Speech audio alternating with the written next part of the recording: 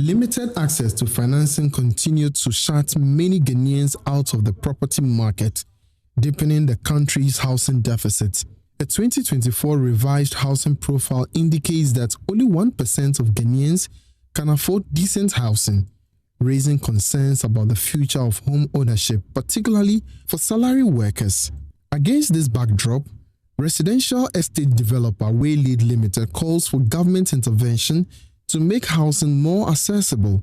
Managing Director of Waylead says the establishment of a dedicated housing fund is critical to help ordinary Ghanaians own homes, as current market conditions place property ownership beyond the reach of most income earners. What I want to say is that, in the future, in 2026, I hope, the government are able to create some house funds for the normal Ghanaians, who want to own properties, and which is very important, for the typical Ghanaians, especially the salary workers. It's difficult to own a property, and without support, without financial institutions. The managing director further highlights challenges confronting the real estate industry, which affects both developers and prospective homeowners.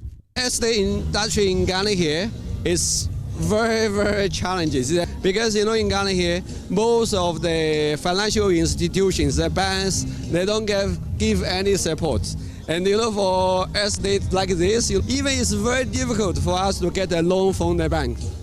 Meanwhile, a resident of the Waylead estate, renowned high-life artist Ochiame Kwame says relocating there 4 years ago had greatly improved his family's sense of safety, describing the community as secured and family-friendly.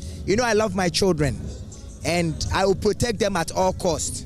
So when I moved in here, I realized that my level of anxiety with protecting my children has come down, because a 24-hour security, the children can come out of my house, ride their bicycles, play with other children, and I'm not scared that someone will steal them or a car will come and knock them down.